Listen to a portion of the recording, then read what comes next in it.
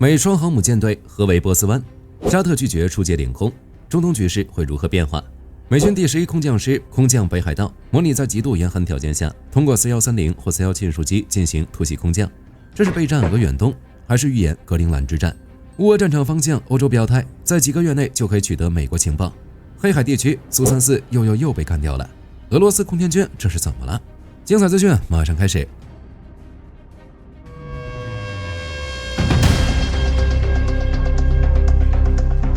火力军估计，现在的伊朗警报声已经拉到最高了。除了林肯号航母舰队，现在美军的第2支无敌舰队正全速杀向波斯湾。是谁一目了然？早在1月中旬就有消息称，布什号离开其母港诺福克，目标正是中东。在现代海战中，一艘航母是防御，2艘航母才是进攻。一艘航母要留出一半的战机负责自保，防止对方的自杀式无人机或者反舰导弹。但2艘航母在一起就可以轮流值班，一个负责撑起防空保护伞，另一个就可以心无旁骛地搞轰炸。这是美军最经典的串门战术。特朗普的意思很明确，我不仅要炸你，我还要在炸你的时候让你连反抗的机会都没有。目前美军在该地区的总兵力已经接近5万人，这不是单纯的威慑，而是实实在在的战争编组。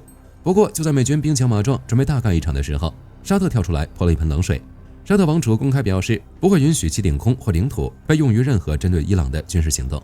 当然，沙特这不是反水，这是害怕自家油库被炸。2019年的时候，当时伊朗支持的武装只用了几架无人机和巡航导弹，就把沙特的产油能力瞬间砍掉了一半。现在中东局势紧张，伊朗几千枚导弹蓄势待发，沙特害怕自家的油田炼油厂被误击。拒界领空的确对美军有一定的影响，美军从红海或者沙特基地起飞的地面战机就得绕路，这会增加空中加油的负担，也会降低打击的突然性。不过这事儿不致命，美军还有约旦和以色列。就火力军来说，美军这次的双打击群合围，实际上是在进行一次战争临界压力测试。现在的波斯湾已经不是什么紧张局势能形容的了，那是战争前奏。美国的5万大军和双航母就像是2支已经上膛的左轮手枪，正顶在德黑兰的脑门上。沙特的不配合，只能给这场大戏增加一点反转的佐料，并不能改变实力的绝对代差。亚洲方向，美军第11空降师空降北海道，这是要干什么？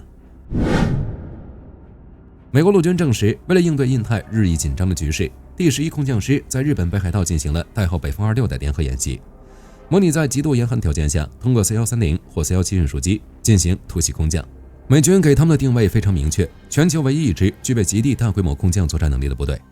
别人在沙漠里练耐热，他们在冰窟窿里练抗冻。这次来北海道对他们来说，其实也就是从冷藏室换到了保鲜室，主打一个专业对抗。这次演习，美军这次玩的是大规模战术空投。在火力军看来，这玩意儿就是暴力美学的巅峰。这不是一架飞机跳几个人，而是多架大型运输机编队，在极短的时间内把几百名甚至上千名士兵和重型装备一股脑全扔下去。在极寒气候下搞这种动作，难度系数是加倍的。降落伞的伞绳、伞布可能会变脆或者冻结，士兵体能也是一个问题。在空中被寒风吹成冰棍，落地之后还得立马负重几十公斤在雪地里冲锋。美军在演习中模拟的是突袭夺取敌方的机场或者关键交通节点。一旦机场抢下来了，后续美军的重装师、坦克、大炮就能通过运输机源源不断地送进来。从地理位置上来讲，美军这次演习是针对俄罗斯。前段时间1220频繁骚扰北海道，这次演习也算是回应。北海道北边隔着宗谷海峡，对面就是俄罗斯的萨哈林岛，再往东一点就是一直闹得不可开交的北方四岛。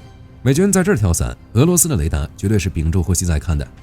美军这次演习就是在明晃晃地告诉克里姆林宫，我可以从阿拉斯加起飞，直接越过你的雷达搜索网，在北海道任何一个地方投下几千名精锐残兵。除了俄罗斯，北海道也是盯着半岛局势的侧后方。如果半岛有变，第11空降师这支机动力量可以迅速从北向南压，形成一个巨大的战略夹击。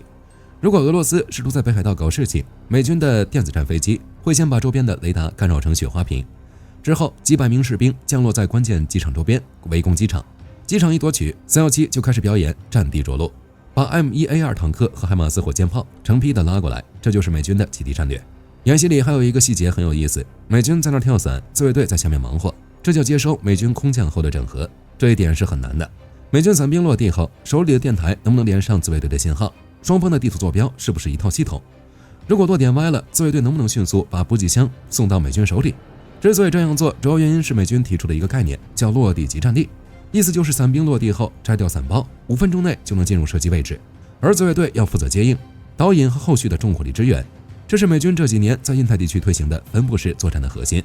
除了威慑俄罗斯，这也可能是针对格陵兰的预演，都是在极度严寒条件下空降。不过听说在美国内部，武力夺取格陵兰的压力挺大的，最终结果如何还不确定。乌俄战场方向，苏34又被搞了，欧洲在几个月内就能取代美国情报。多方消息证实，俄军又损失一架苏34。最早捅出这事儿的不是乌克兰，而是俄罗斯自己的军事博主。目前消息是这架飞机坠毁在黑海，至于它是被乌克兰的爱国者导弹伏击，还是俄军自己人误击，或者是机械故障，还没定论。但结果很惨，据说2名飞行员、1名驾驶员、1名武器指挥官都没能跳伞成功。对于这种精密战机来说，能熟练投掷滑翔炸弹的飞行员人比机贵。聊完坠机，咱们聊个更有意思的。金融时报爆料，欧洲官员表示，如果特朗普缩减对乌克兰的情报支持，欧洲可以在几个月内把这个坑填上。法国总统马克龙最近一直在吹风，说法国现在已经提供了乌克兰所需情报的约2/3。论人力情报和技术分析，欧洲确实不弱。英国、法国、德国的情报网在自家门口还是挺灵的。无人机情报，乌克兰现在自己也行了，他们60%的武器和大量情报采集都靠自产无人机。不过欧洲官员也承认，虽然情报能顶上，但有些核心战地离了美军那就是半身不遂。比如卫星监视网，美国那几百颗军用卫星，那是实打实烧出来的。欧洲的伽利略虽然不错，但在这种高烈度战争的实时更新上，跟美国比还是差点意思。还有就是战略运输与安全通讯，你情报发出来了，怎么传？怎么保密？怎么把重型装备跨州运过来？这些全靠美军的体系。现在的北约指挥体系直接长在美国的神经系统上。如果美国撤了，欧洲人想重新组建一套指挥、协调和核威慑的职能，那不是几个月的事儿。欧洲未来会怎么解决这个？火力军拭目以待。好了，本期视频到这儿就结束了。大家觉得双航母什么时候能就位？欢迎在评论区留言讨论，大家一起讨论。最后不要忘记点赞关注，我是火力军，下期见。好的，各位观众朋友们，我们频道一直在聊真实的军事资讯和武器装备，后台也经常有朋友问，有没有值得推荐的入门级模型？今天就和大家分享一款近期接触到的产品。首先，它的外形还原度做得相当不错，比例准确，武器上的一些关键细节和标识也都有体现，材质也说得过去，拿在手上有不错的分量感。其次，它具备一定的可动性，对于理解基础操作原理有一定帮助，让它不仅是个静态摆件。综合它的做工和可玩性来看，价格确实比较亲民。对于想入门模型收藏，或者单纯想在桌上贴一个摆件的朋友来说，是一个性价比很高的选择。商品链接已经给你们上了，感兴趣的朋友可以自行了解。